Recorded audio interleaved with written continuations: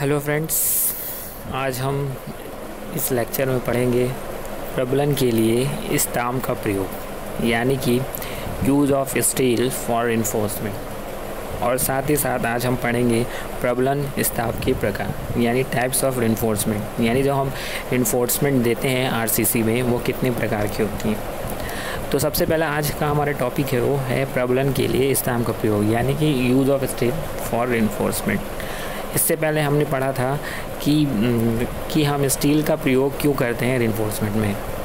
वो था उसकी करैक्टरिस्टिक के बारे में बताया रहा था कि स्टील का प्रयोग हम क्यों करते हैं। लेकिन अब हमको जानना है कि हम स्टील ही क्यों इस्तेमाल करते हैं। ठीक, तो सबसे पहला इसमें पॉइंट है कि जो पहला पॉइंट है इसमें लिखा हुआ है वो है कि स्तंभ का सीमेंट कंक्रीट से अभिलंग यानी बॉन्ड उत्तम होता है। ठीक, यानी जो हमारा कंक्रीट होता है और जो हमारा स्टील होता है उसका जो अभिलंग होता है, यानी कि जो बॉन्ड होता है वो बहुत ही ज़्यादा मजबूत होता है। ठीक, फिर क्या होता है, वो जब कंक्रीट अब सेट होने पर कंक्रीट का जो स्तंभ छड़ों को जकड़ लेता है, यानी कि जब कंक्रीट हम आरसीसी में लगाते हैं तो क्या होता है, वो जो कंक्रीट होता है वो क्या होता है, जो स्टील को पकड़ लेता है, बहुत ही अच्छे तरीके से उसको बॉन्ड बना के उसमें जकड़ लेता है। तो उससे जो बॉन्ड है, यानी कि जो कंक्रीट और आरसीसी में जो बॉन्ड है वो बहुत ही अच्छी तरीके से बनता है। और जो भी उसके अंदर फोर्सेस आते हैं, जैसे कि कंप्रेशन फोर्स आते हैं या टेंशन फोर्स आते हैं, वो क्या होता है कि अगर हमारा कंक्रीट नहीं सह पा रहा है तो वो किस में ट्रांसफ़र कर देता है, हमारे स्तंभ पे, यानी कि हमारे जो स्टील है स्तंभ पे वो ट्रांसफ़र कर देता है। ठीक है, तो ये सबसे पहला पॉइंट ये हमने जाना है कि जो हमारा सीमेंट है और जो हमारा स्टील है वो दोनों का जो बॉन्ड है वो बहुत ही ज़्यादा स्ट्रॉन्ग बॉन्ड होता है। ठीक, जैसे ही सेट होता है कंक्रीट उस पर, तो क्या होता है वो अच्छी से एक पकड़ बना लेता है। और वो पकड़ बनाने से क्या होता है, अगर अगर फोर्सेस यानी कंप्रेशन फोर्स या टेंसाइल फोर्सेस अगर हमारी कंक्रीट नहीं झेल पाती तो वो क्या करती है, स्टील पर ट्रांसफ़र कर देती है और स्टील उसको एब्जॉर्ब कर लेता है, और जिससे हमारा स्ट्रक्चर के अंदर क्रैक नहीं आते, हमारा स्ट्रक्चर टूटता नहीं है। ठीक है, फिर हमारा दूसरा है वो है क्या है कि जो हमारा स्टील है, यानी कि जो हमारा स्टील है जो हम आरसीसी में हम जो प्रयोग कर रहे हैं स्टील, वो क्या होता है, अन्य धातुओं से सस्ता पड़ता है। ठीक है, जो हमारा अन्य धातु है जैसे कि हमारा एल्युमिनियम है, कॉपर है, सिल्वर है, जिंक है, ये सब जो है वो सब हम उसके कंपैरिजन में ये बहुत ही ज़्यादा हमको सस्ता पड़ता है। और ये जो हमारा स्टील है वो प्रचुर मात्रा में आसानी से हमको उपलब्ध हो जाता है। ठीक, दूसरा पॉइंट हमारा ये है, इसीलिए हम इसको स्टील का ज़्यादातर हम प्रयोग करते हैं।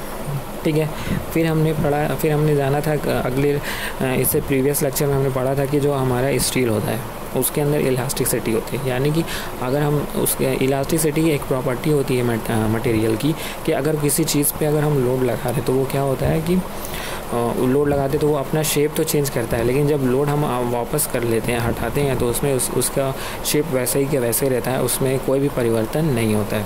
ठीक, तो ये होता है कि स्टील एक इलास्टिसिटी है, यानी कि उसके अंदर एक प्रॉपर्टी होती है मटेरियल की, वो होती है इलास्टिसिटी।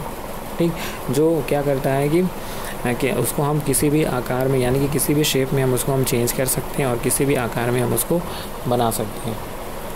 ठीक है, फिर हमने कल पढ़ा था कि इलास्टिसिटी अगर उसके अंदर मटेरियल के अंदर है तो वो मटेरियल क्या होगा कि किसी भी आकार में हम उसको बना सकते हैं, किसी भी आकार में हम उसको ढाल सकते हैं। ठीक है, तो इलास्टिसिटी का सिंपली मतलब यही होता है कि अगर हम लोड लगा रहे हैं तो वो लोड लगाने पे अपना शेप चेंज करेगा, लेकिन साथ ही वो क्या करेगा, अगर हम वो लोड हटा देते हैं तो लोड हटाने के बाद वो उसी अपने फॉर्म में रहेगा, वो किसी भी फॉर्म में चेंज नहीं होगा। फिर बाद में अगर हम उसके अंदर कुछ टेक्निक्स लगाते हैं तो उसके अंदर वो कन्वर्ट होगा, लेकिन वो जो इलास्टिसिटी है वो फिर से अपने वापस में नहीं, यानी कि सिंपली चीज़ यह कहना है कि वो प्लास्टिसिटी उसके अंदर नहीं होता है। अगर एक बार वो शेप बदल गया तो वो शेप में उसी शेप में रहेगा। ठीक है, फिर क्या है हमारा कि जो स्तंभ की छड़ें होती हैं सीमेंट कंक्रीट में दबाए जाने पर उसका संक्षारण यानी कि कोरोजन नहीं होता है। यानी क्या होता है कि अगर हम कंक्रीट ढाल दिए आरसीसी, अगर हम रिइंफोर्समेंट के साथ हमने कंक्रीटिंग ढाल दिया तो क्या होता है कि उसके अंदर जो मॉइस्चर होता है उससे वो क्या होता है, उसके स्टील के अंदर हमारा कोरोजन नहीं रहता, यानी जो हमारा जो स्ट्रक्चर है वो बचा रहता है।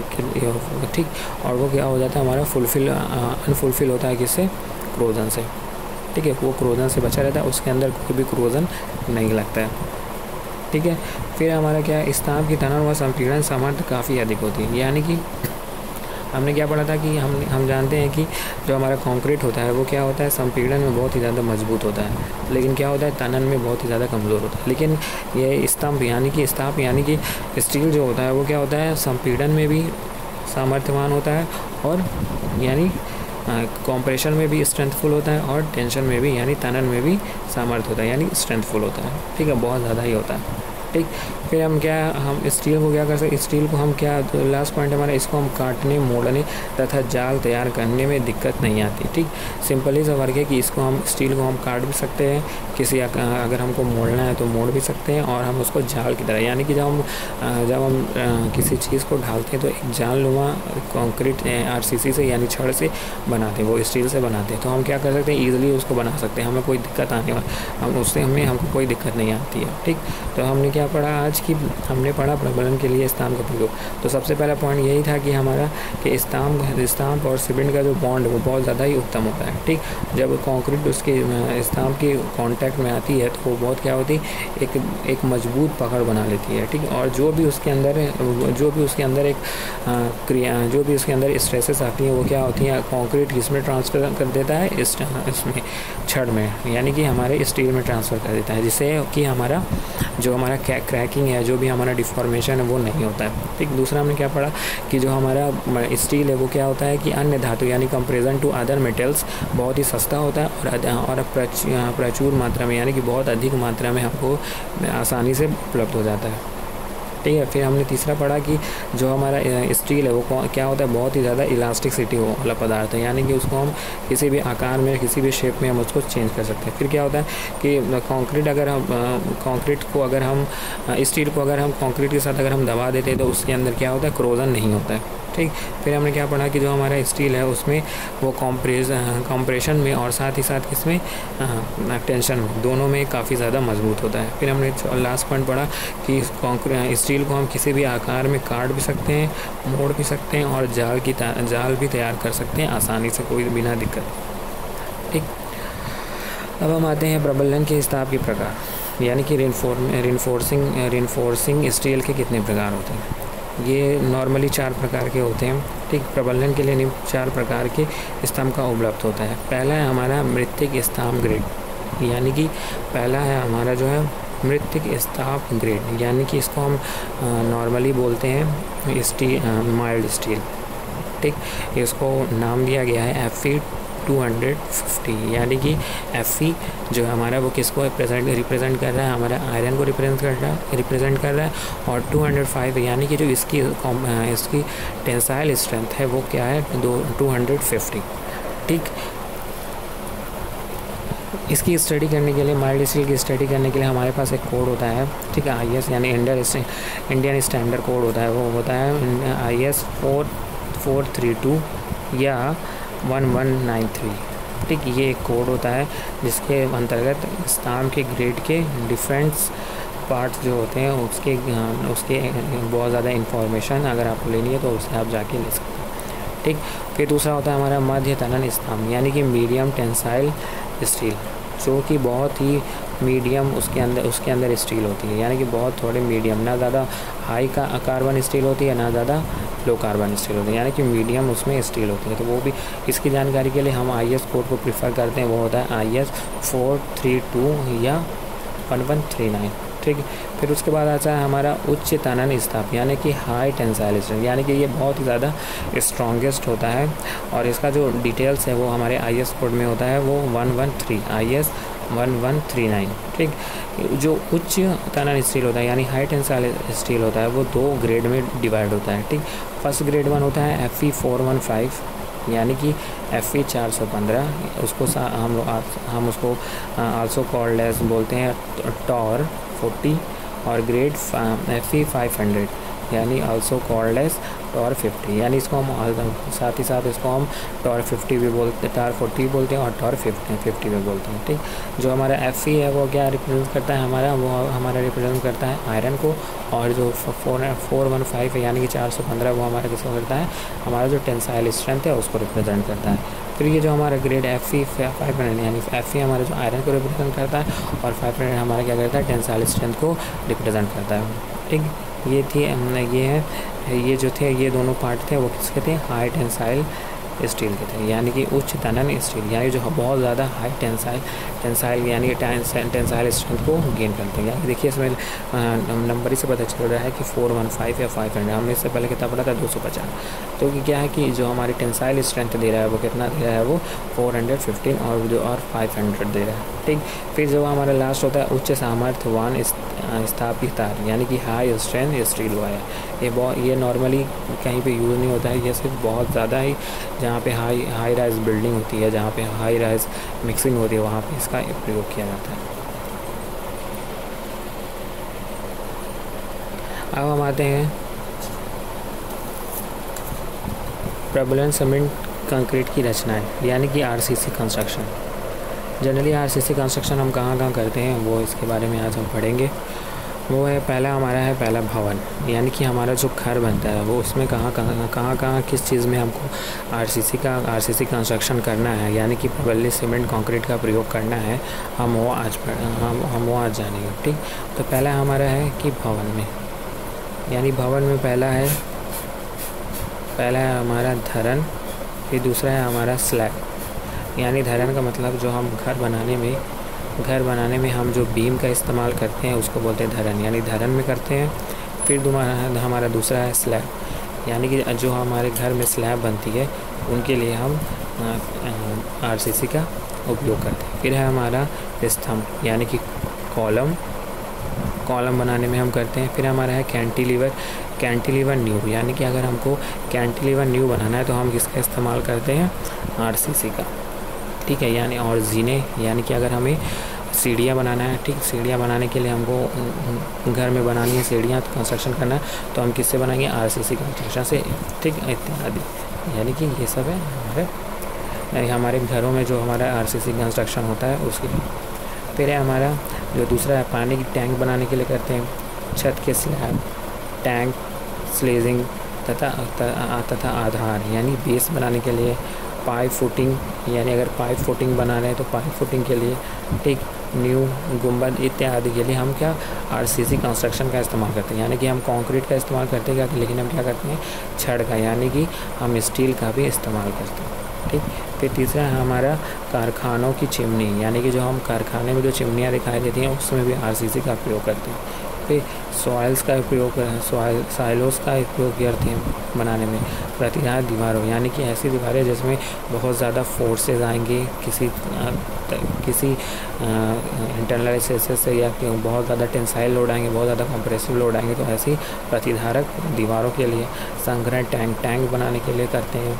एक रेलवे स्लीपर, जो रेलवे स्लीपर्स होती हैं उनको बनाने के लिए भी हम इसका प्रयोग करते हैं, जो RCC कंस्ट्रक्शन का प्रयोग करते हैं।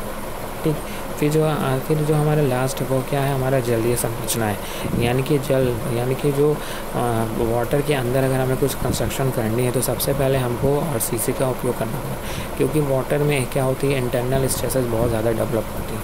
तो वाटर में अगर हम कोई भी कंस्ट्रक्शन RCC कंस्ट्रक्शन करेंगे तो हमको सबसे पहले RCC कंस्ट्रक्शन ही करना पड़ेगा, हम नॉर्मली कॉन्क्रीटिंग नहीं करेंगे। अगर हम नॉर्मल कॉन्क्रीटिंग करेंगे तो जो हमारा सीमेंट है वो हमारा बह जाएगा और हमारा जो स्ट्रक्चर है वो सही से नहीं बन पाएगा, वो उसके अंदर क्या होगा, गीला बना जाएगा। क्या होती है जलनी संरचनाओं में, पहला होता है पुलिया, जल सेतु, गोदीकार, उद्रिघात, साइफन, संपारक, जल विद्युत उत्पादन निर्माण, सुरंग, कुंड, हाथ नल, चैनल इत्यादि। यानी इतनी जो रचनाएं हैं हमको किसमें करनी रहती है, इसमें करनी रहती है हमारे RCC कंस्ट्रक्शन में, यानी प्रतिबलित सीमेंट की कंस्ट्रक्शन की रचनाओं में हमको जलीय संरचनाओं, यानी कि जैसे हमें वाटर में अगर कंस्ट्रक्शन करनी है तो हम उसमें करते हैं। ठीक है, ये थी हमारी आज की 3 टॉपिक, यानी हमने आज से क्या पढ़ा है, आज हमने पढ़ा है कि प्रबलन के स्तंभ का प्रयोग, ठीक, प्रबलन के प्रयोग और साथ में क्या था इसमें, प्रबलन के स्तंभ के प्रकार। ठीक है, फिर हमने क्या देखा है, आज हमने देखा है कि प्रबलित सीमेंट कंक्रीट की रचना है, यानी RCC कंस्ट्रक्शन। सबसे तो हम फिर से एक बार रिवाइज कर लेते हैं कि हमने आज क्या पढ़ा है, कि हमने आज पढ़ा है प्रबलन के लिए स्तंभ का प्रयोग, यानी use of steel for enforcement. इसमें हमने कितने पॉइंट्स क्लियर किए? इसमें हमने 6 पॉइंट क्लियर किए। फिर हमने पढ़ा है प्रबलन प्रसार के प्रकार, यानी कि इसमें हमने कितना टाइप्स ऑफ एनफोर्समेंट स्टील, यानी कितने प्रकार की हमारी स्टील्स होती हैं उसमें हमने जाना। फिर दूसरा है हमारा कि प्रबलन सीमेंट कंक्रीट की रचना है, यानी कि आरसीसी कंस्ट्रक्शन हम कहाँ कहाँ करते हैं, कहाँ कहाँ हमें करना चाहिए। फिर उसके बाद भवन में कहाँ कहाँ करना चाहिए। फिर उसके बाद हमने पढ़ा है जल संरचनाओं, यानी कि वाटर में जो वाटर कंस्ट्रक्शन होता है उसमें हमें कहाँ का आरसीसी कंस्ट्रक्शन करना है वो हमने पढ़ा है। ठीक है। फिर हमने कल हम पढ़ेंगे प्रबलन स्तंभ का आकार, यानी शेप ऑफ स्टील रिइंफोर्समेंट। फिर हम पढ़ेंगे कि कितने तरह के होते हैं स्टील, यानी गोल छड़े, फिर है विपरीत छड़े यानी डिफॉर्मेशन बार, ऐठी हुई छड़े यानी ट्विस्ट बार। ठीक है, ये है हमारा कल का टॉपिक। कल के बारे में हम पढ़ेंगे कि हमारा जो हमारा स्तंभ होता है यानी स्टील जो होता है हमारा वो कितने आकार का होता है। ठीक है, तो सबसे तीन आकारों में उसको बांटा गया है। पहला हमारा है गोल छड़ यानी सर्कुलर बार, और दूसरा है हमारा विपरीत छड़े यानी कि डिफॉर्मेशन बार। फिर तीसरा है हमारा ऐठी हुई छड़े यानी ट्विस्ट बार। फिर ये था हमारा दो कंस्ट्रक्शन के प्रकार।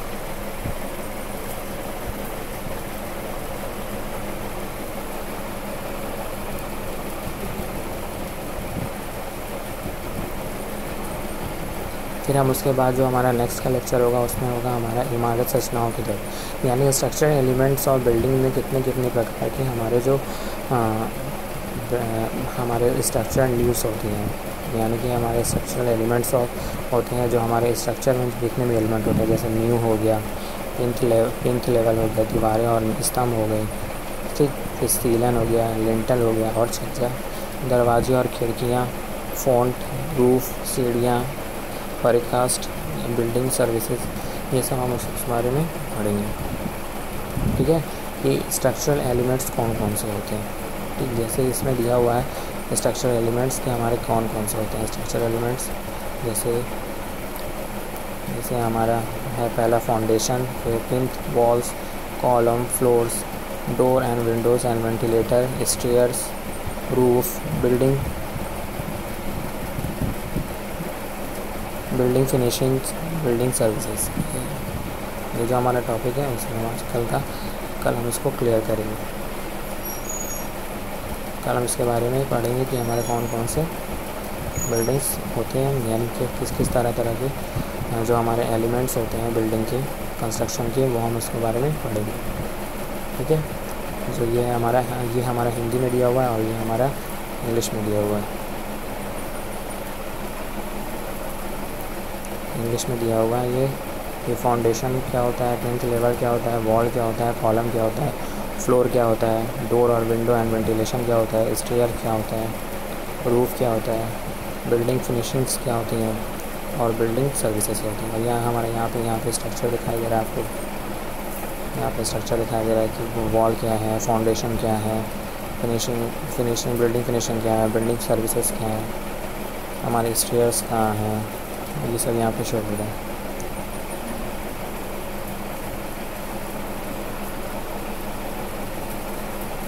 ये सब सारे हमारे शो हो रहे हैं। यहाँ पे पूरा डिटेल्स में यहाँ पे दिया हुआ है इंटीरियर, यानी जो इंटीरियर्स पार्ट्स ऑफ बिल्डिंग्स हैं वो क्या क्या होते हैं इसमें हम क्लियर करेंगे कल। ठीक, साथ ही साथ हम इसमें पढ़ेंगे कि हमारे जो डिफॉर्मेशंस बार क्या होते हैं, ट्विस्ट बार क्या होते हैं और सर्कुलर्स बार्स क्या होते हैं। ठीक, जिस तरह हम भवन में अगर हमको वो बनाने हो, क्या कहते हैं, थरन बनाने हो, स्लैब्स बनाने हो, स्तंभ बनाने हो, कैंटिलीवर न्यूज़ बनाने हो, जीने बनाने हो, तो हमें किस किस आकार के छड़ों का प्रयोग करना है, किस प्रकार के, यानी कि डिफॉर्मेशंस बार कहाँ इस्तेमाल होगा, ट्विस्टेड बार कहाँ पे इस्तेमाल होता है, गोल छड़े कहाँ पे इस्तेमाल होता है, इसका हम नेक्स्ट लेक्चर में पढ़ेंगे। इसके बाद हम नेक्स्ट लेक्चर में पढ़ेंगे कि स्ट्रक्चरल एलिमेंट्स और बिल्डिंग्स क्या होती हैं। ठीक, ये जो हमारा इंटीरियर होता है कि वेल्डिंग्स में क्या क्या यूज़ होना है क्या नहीं होना है, ये हम नेक्स्ट लेक्चर में पढ़ेंगे।